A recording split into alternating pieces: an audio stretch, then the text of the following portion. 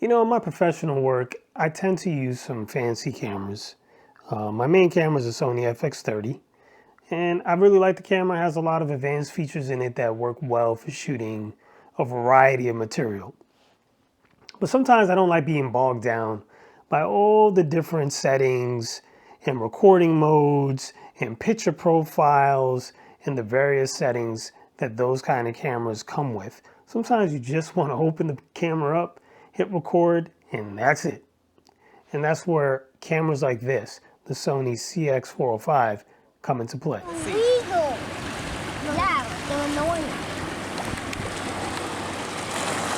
Can I just steal it? I'm not. I see ready. I see it.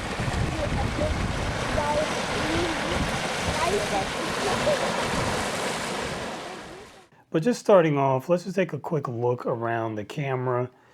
Back here is where the battery goes, and I'm going to talk a little bit more about that and show you the battery in a moment. And then over here, there's a little light indicator when the camera's on. This will light up, as you can see here, or when you're charging it, it will also light up. Speaking of charging, here's the way you charge it. The USB cable is built right into the camera, which is very convenient. So you can just kind of plug this into one of your adapters that you charge your smartphone with, and it will charge the camera. And then there is a USB connection here, and right here is the switch for your lens cover. You can see here it's built in. This is your LCD. Just open that, and it just kind of opens up and turns on. And I just opened the lens, and there you go. Really simple. And then in here, this is where you put your card. And just to mention it to you, this is a micro SD card, so it's the little small ones. And if you ever get an error on the screen, let me show you something, because you might think your camera is effective when it's not. This camera doesn't stop you from loading it in improperly. So then it will give you an error saying reinsert the memory card, verify the position.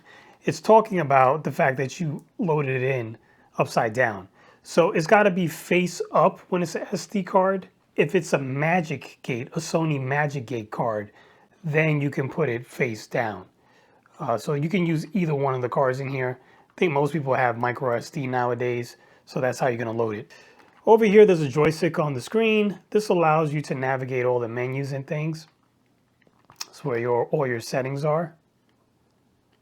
You can see here, this is how you change your shooting mode from picture to movie. But honestly, just going back to the top of the camera, because we didn't look around the whole camera yet. At the top, this is your zoom in and out. And then there's a photo button. So you don't even really need to switch to that mode to take photos. You can just hit this button when you're not recording, and it will take photos.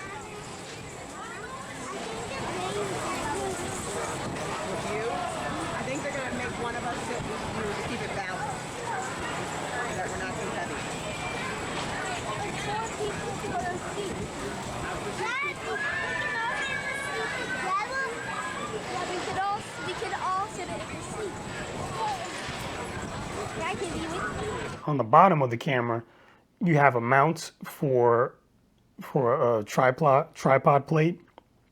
So you can screw that in there, and then you can mount this on top of a tripod. So the battery goes here in the bottom.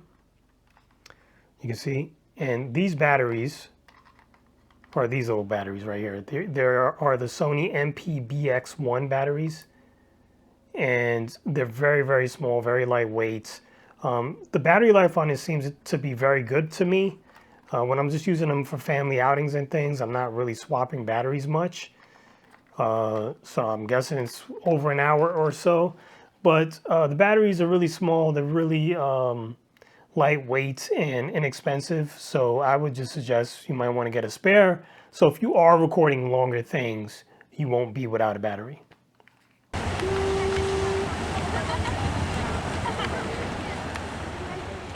And yes, it can zoom in 60 times, and that's one of the biggest things or differences with a smartphone.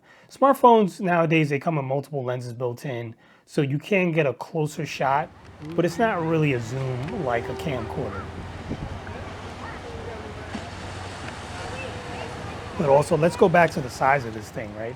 Because you might not be able to appreciate the size, but it fits in the palm of my hands.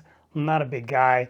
And just so you can compare it, this is the Samsung Galaxy S21 phone. You see the size of that. Here's the camcorder. You can actually put this in your pocket if you wanted to. I did it on my vacation quite a few times. Obviously, it's going to make your pocket bulge out a little bit, but it still fits in there and is very light. Also, this camera has really good image stabilization built into it. So, you can go handheld with it and still get a good shot even when you're moving around, you're panning, you're tilting, you're walking. You can still get usable shots. So when you play it back, you can go back in here. You can play back pictures that you've taken. You can play back video, all that type of stuff. You can see it on the screen.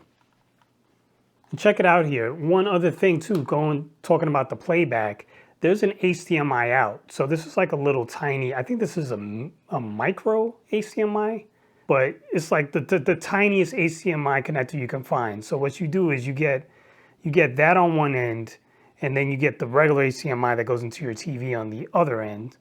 So it's a male-to-male adapter. And you could plug this in your TV and watch the playback on your TV.